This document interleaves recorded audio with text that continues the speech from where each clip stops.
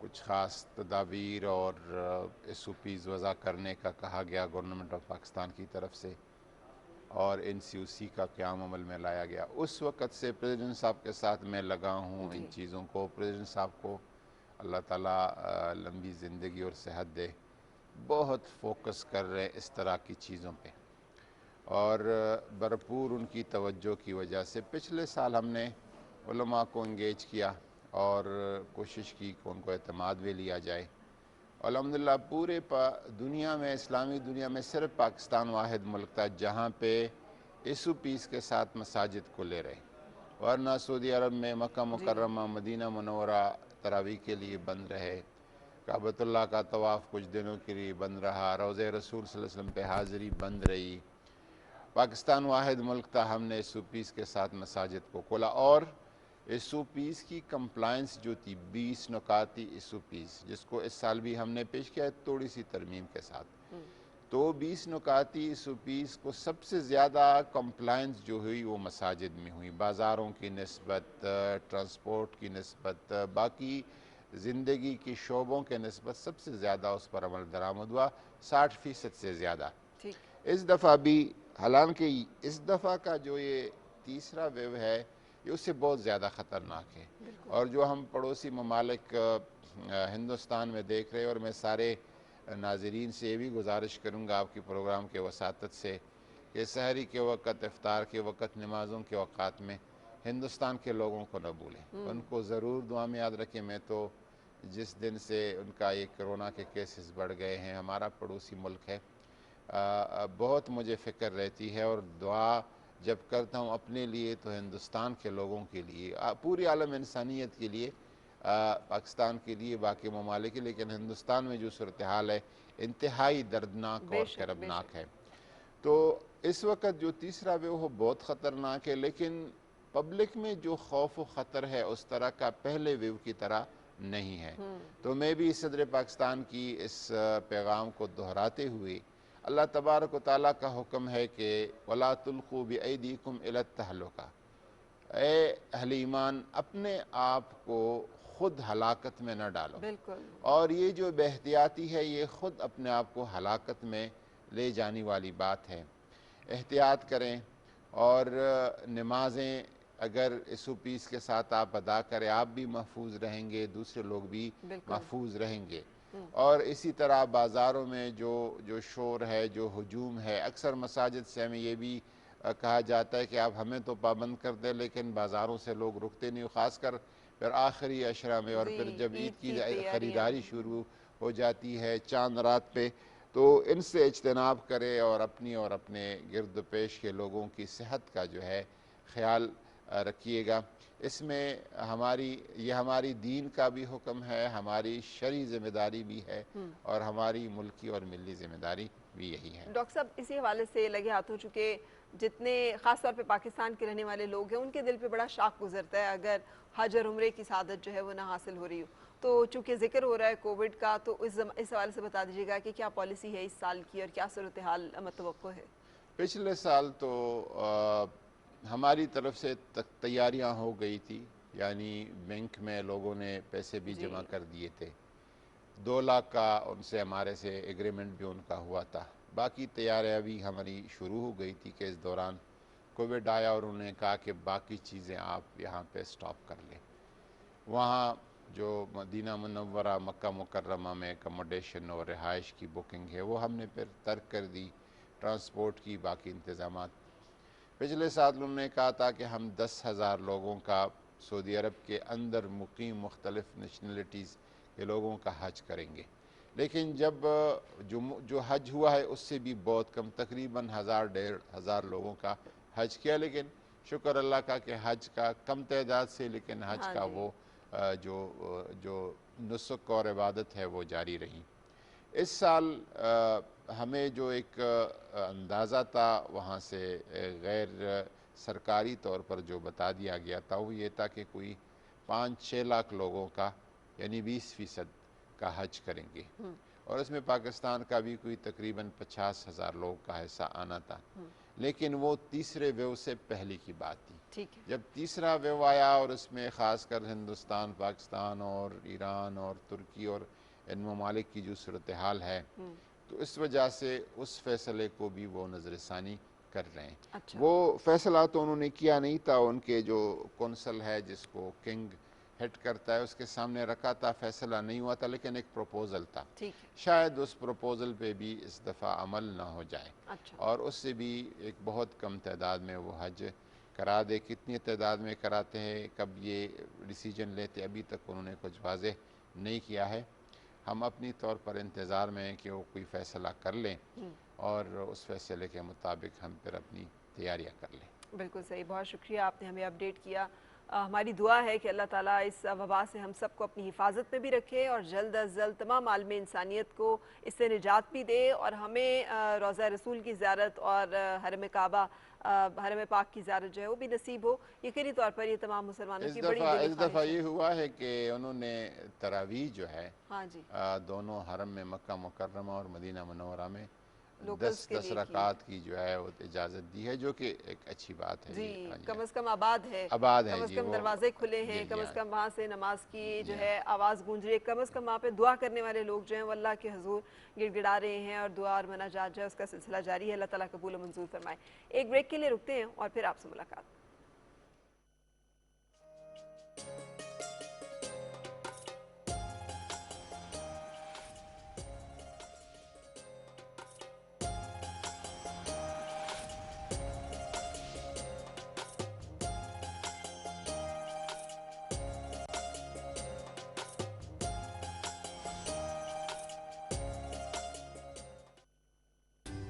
جو نسل در نسل زباں سے دل میں اترتا ہے لطیف ہے. لطیف بناسپتی اور کوکنگ آئل، کیونکہ ماں سب جانتی ہے. لطیف بناسپتی اور کوکنگ آئل. آئیے ایسے ہی اپنا دسترخوان بڑھائیں، پر صرف رمضان میں نہیں بلکہ یہ سلسلہ پورے سال چلتے رہنا چاہیے. آپ کے جذبے اور محبتوں میں شامل رہے گا شاہتاج کوکنگ آئل اور بناسپتی کا پیار اور لذت. تو بڑھائیں اپنا دسترخوان ذرا سا اور. شاہتاج، صحت بھری خوشیوں کا راج. جو نسل در نسل زباں سے دل میں اترتا ہے لطیف ہے. لطیف بناسپتی اور کوکنگ آئل، کیونکہ ماں سب جانتی ہے. لطیف بناسپتی اور کوکنگ آئل.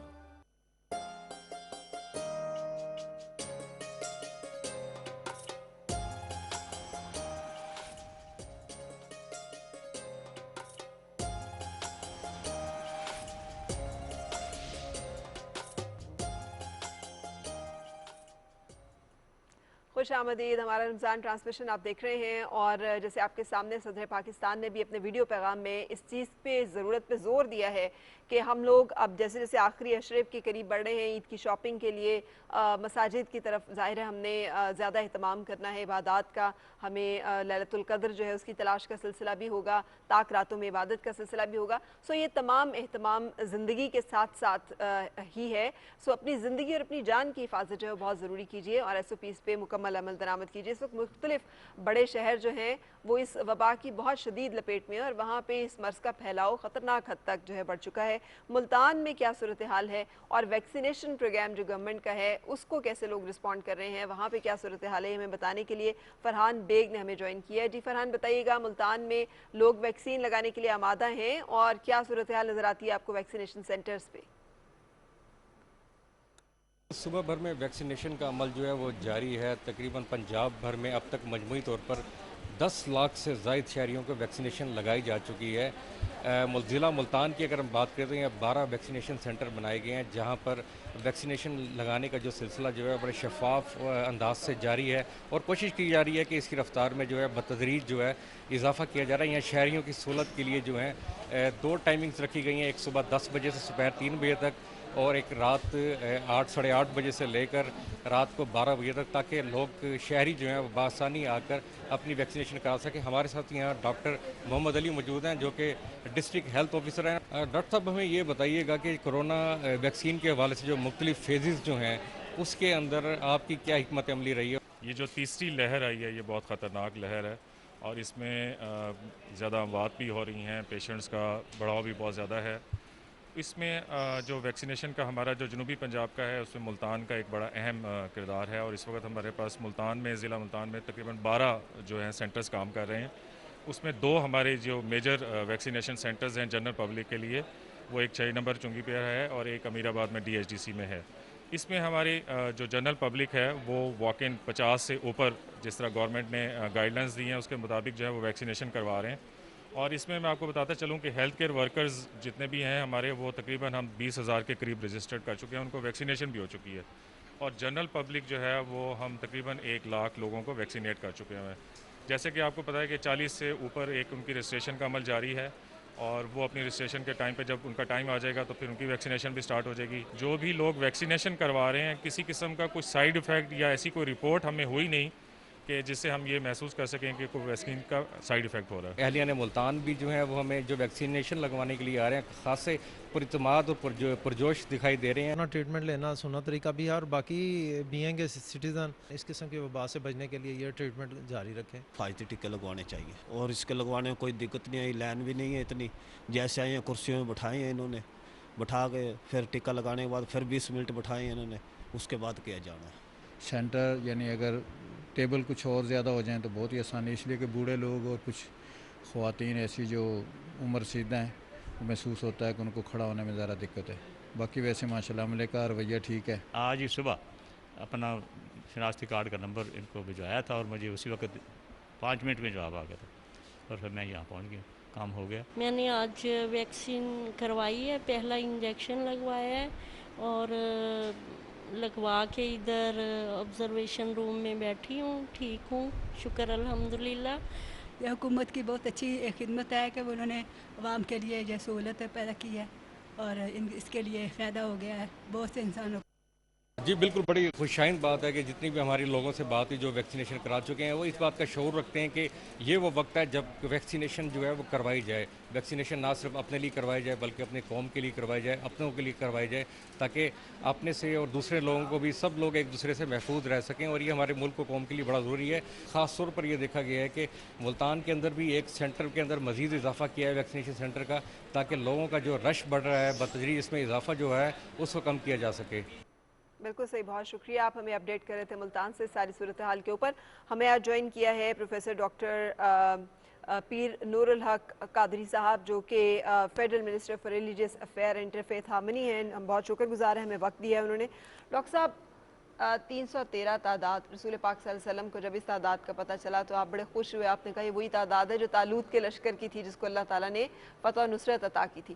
آج مسلمان کثرت تعداد کے باوجود، پوری دنیا میں کسی مذہب کے پیروکار اتنے نہیں ہیں جتنے مسلمان ہیں، لیکن ہم بہت زیادہ پریشانیوں کا شکار ہیں،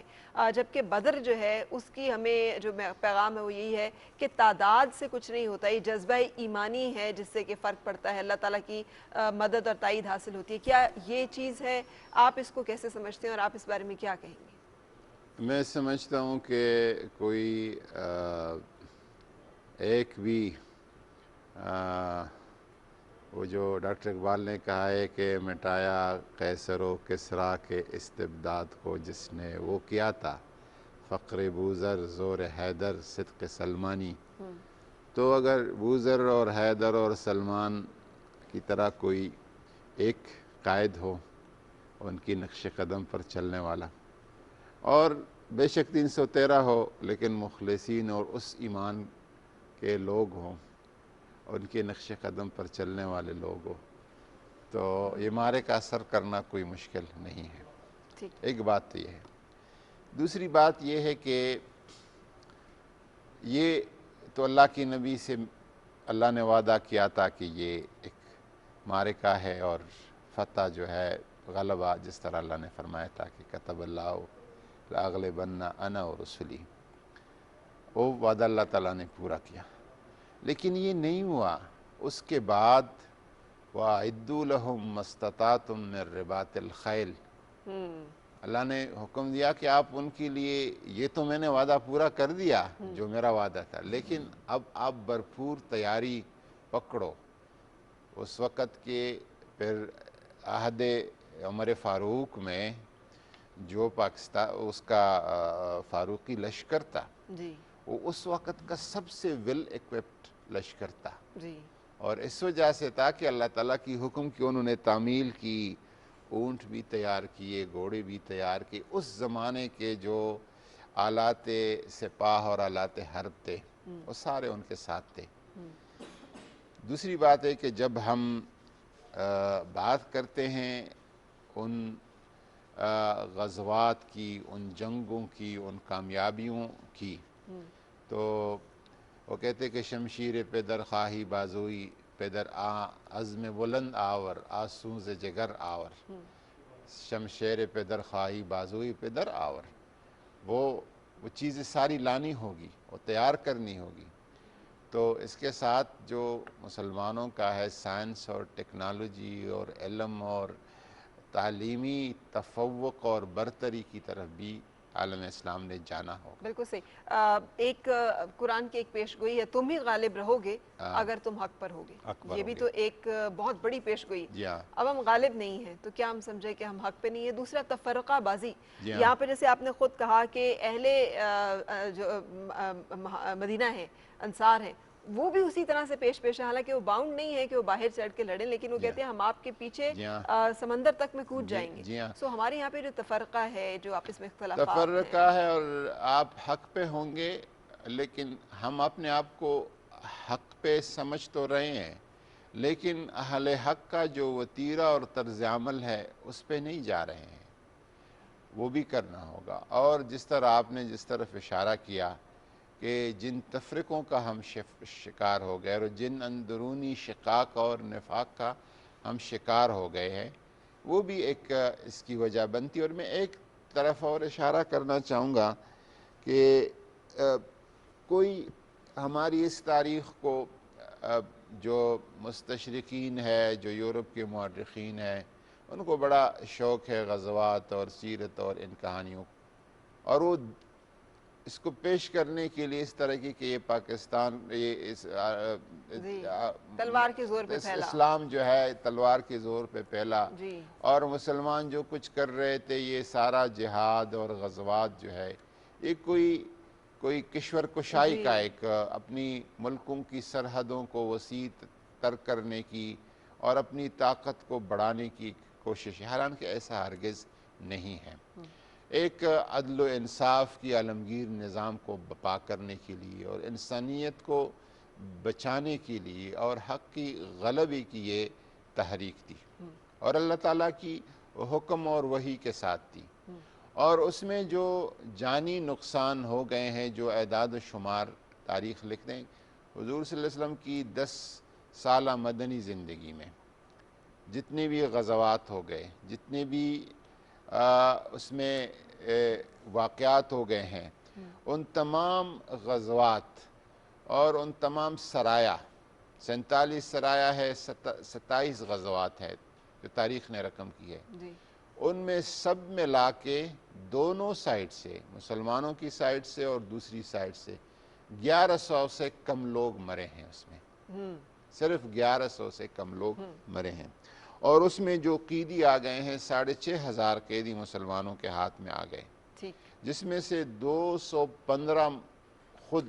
مسلمانوں کے رویے اور محبت کو دیکھ کر وہ مسلمان ہو گئے، باقی جو تھے وہ ان کو رہا کر دیا گیا، باعزت رہائی دی گئی۔ صرف 2 اس میں ایسے تھے جن کے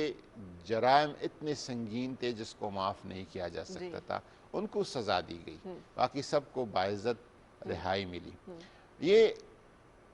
اسلام کی اس غلبے کے اور اس وسیع تر حکومت کو جو افریقہ اور سنٹرل ایشیا اور ہندوستان تک پہنچی، اس کو قائم کرنے کے لیے یہ قیمت ادا کرنی پڑی۔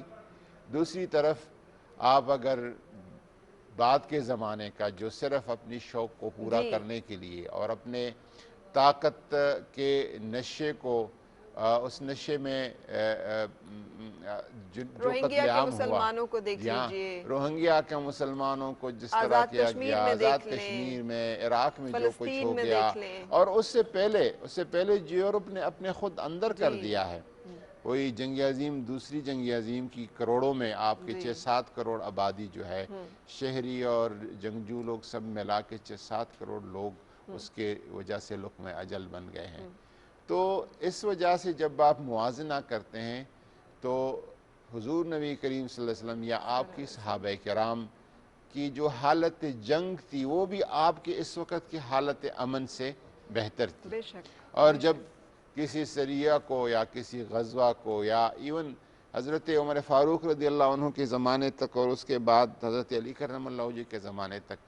جب بھی کوئی جنگ کے لیے گیا تو ان کو کہا گیا کہ شہر کے اندر جنگ نہیں کرنی باہر کرنی تاکہ شہری آبادی کو نقصان نہ پہنچے. عورتوں کو بچوں کو نہیں کرنا, رات کے وقت حملہ نہیں کرنا ہے کیونکہ اس میں درختوں کو نقصان نہیں پہنچانا ہے. عورتوں کو, بچوں کو,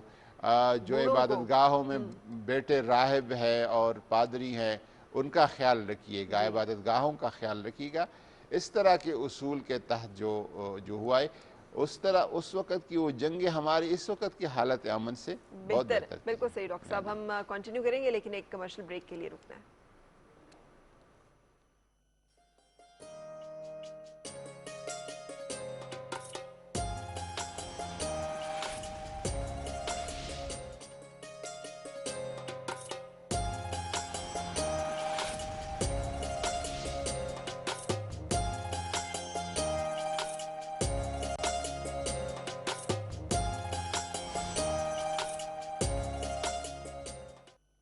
شوکت خانم ہسپتال کو زکوٰۃ و عطیات دیں. ہوم کلیکشن کے لیے کال کریں 0800-11-555 یا 0300-066363 پر اپنا پتہ واٹس ایپ کریں.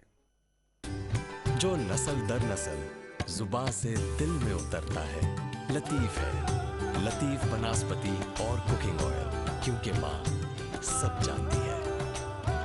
لطیف بناسپتی اور کوکنگ آئل. شوکت خانم ہسپتال کو زکوٰۃ و عطیات دیں. آن لائن عطیہ کرنے کے لیے وزٹ کریں www.shaukatkhanam.org.pk.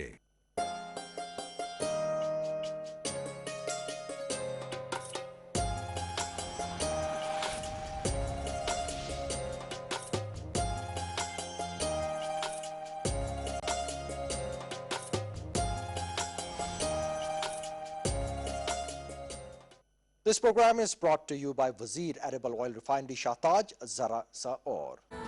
شاہتاج, صحت بھری خوشیوں کا راج.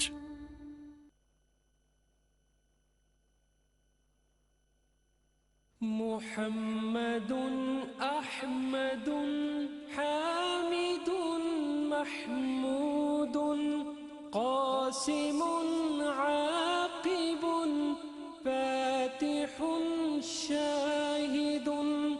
حاشر رشيد مشهود بشير نذير داع شاف هاد مهد ماح منج ناه رسول نبي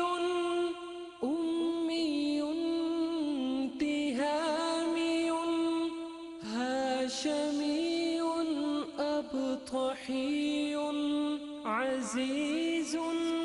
حريص عليكم رؤوف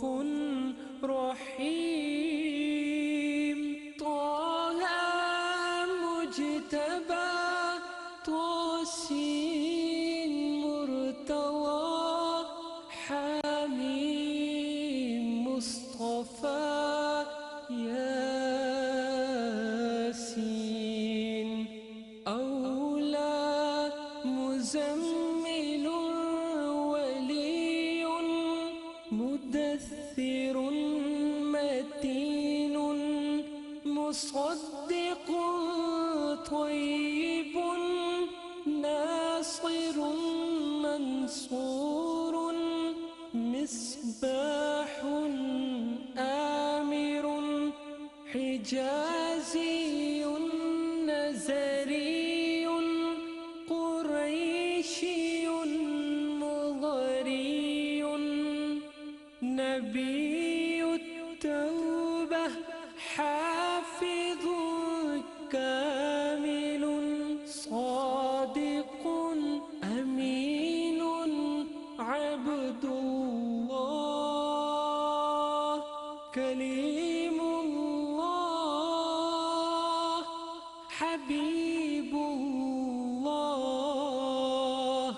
نجي الله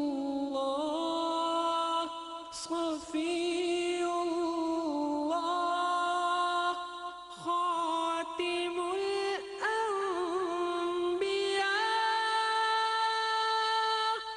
حسيب مجيب شكور مقتصد رسول الرحمة قوي حفي مامون معلوم حق مبين مطيع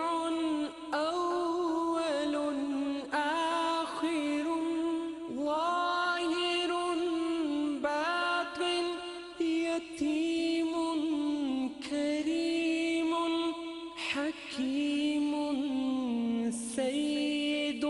سراج منير محرم مكرم مبشر مذكر مطهر قريب خليل مدعو جواد خاتم عادل شهير شهيد رسول الملاحم صلى الله عليه وسلم. This program was brought to you by Wazir Edible Oil Refinery, Shahtaj, Zara Sa Aur.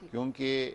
اس میں کبھی یہ نہ آئے کہ کوئی اپنے آپ کو ایک تفوق اور بلندی کو ظاہر کرنے کی کوشش کر رہا ہے. تو حضور صلی اللہ علیہ وسلم کے نقش قدم پر چلنے والے اس کے بعد بھی بہت سارے، حضرت عمر فاروق کا ایک لشکر کو بھیجا ہے یمن کی سائٹ پہ، اور ساریہ اس لشکر کا سربراہ ہے، اور اس کے جو عقب میں جو مخالفین ہے اور جو دشمن ہے وہ ایک پہاڑی کے پناہ لیے ہوئے ایک بڑی تعداد میں بیٹھے تھے. حضرت عمر اپنے منبر پہ مدینہ منورہ میں خطبہ جمعہ فرما رہے ہیں، اور سینکڑوں ہزاروں میل دور وہ مسجد نبوی سے آواز دے رہے ہیں کہ یا ساریۃ الجبل، اے ساریہ جبل کا. اب خطبہ کسی اور ٹاپک پہ ہے، کچھ اور کہا جا رہا ہے، اس دوران اچانک عمر فاروق کہتا ہے یا ساریۃ الجبل، اے جبل، اے ساریہ جبل کا خیال رکھا، پہاڑی کا خیال رکھیں. ادھر حضرت ساریہ لشکر میں بیٹھا ہے اور یکدم چونک جاتا ہے، وہ کہتا ہے کہ واللہ ما ھذا الا صوت امیر المؤمنین، خدا کی قسم یہ کسی اور کی آواز نہیں ہے، یہ امیر المؤمنین عمر کی آواز ہے. وہ آواز وہ ادھر سنتا ہے اور یہ بھی پہچانتا ہے کہ عمر کی آواز ہے. یہ دونوں چیزیں کیا ہے؟ یہ وہی کرشمہ قدرت ہے جو اللہ تعالیٰ نے حضور کے ایک عاشق اور غلام حضرت عمر فاروق کو، اور اس کو آواز پہنچانے کی یہ صلاحیت، اور پھر یہ دیکھنے کی صلاحیت، اندازہ کرنے کی صلاحیت، اور ادھر حضرت ساریہ کو وہ آواز پہچاننے اور سننے کی صلاحیت. تو یہ سلسلہ اب بھی ہو سکتا ہے، اس سے کوئی دو رائے نہیں ہے، کوئی اللہ تعالیٰ مدد کر سکتا ہے، لیکن بات وہی ہے کہ حضور نبی کریم صلی اللہ علیہ وسلم کی کامل اتباع اور اخلاص اور عشق اور محبت اور آپ کے نقش قدم پر چلنے کے ذریعے سے یہ سارے رستے کھل نعت سکتے ہیں. رسول مقبول صلی اللہ علیہ وآلہ وسلم کے لیے علی رضا ارشد ہمارے ساتھ موجود ہیں. میں نعت کی درخواست کروں گی، اور اس کے بعد ڈاکٹر صاحب میں چاہوں گی رسول پاک صلی اللہ علیہ وآلہ وسلم بطور سپاہ سالار، کیونکہ آپ کی ذات مکمل کامل نمونہ ہے، سو یہ اینگل بہت کم ڈسکس ہوتا ہے، اور آج مارکہ بدر کے حوالے سے اس حوالے سے بھی بات چیت کریں گے. لیکن علی رضا ارشد نعت رسول مقبول صلی اللہ علیہ وآلہ وسلم. آسی ہوں اور میں کچھ اس کے سوا نہیں ہوں، ان کے سوا کسی کے در کا گدا نہیں ہوں. آسی ہوں اور میں کچھ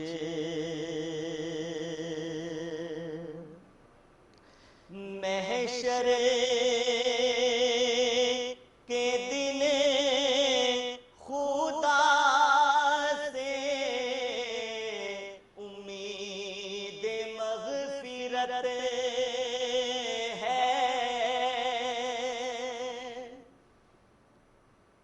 محشر کے دن خدا سے امید مغفرت ہے. ہوں امتی نبی کا بے آسرا نہیں ہوں، امتی نبی کا. مجھے کون جانتا تھا، میری حیثیت ہی کیا تھی. مجھے کون جانتا تھا، میری حیثیت ہی کیا تھی. میں حضور کا سناخا جب تک بنا نہیں ہوں، میں حضور کا سناخا.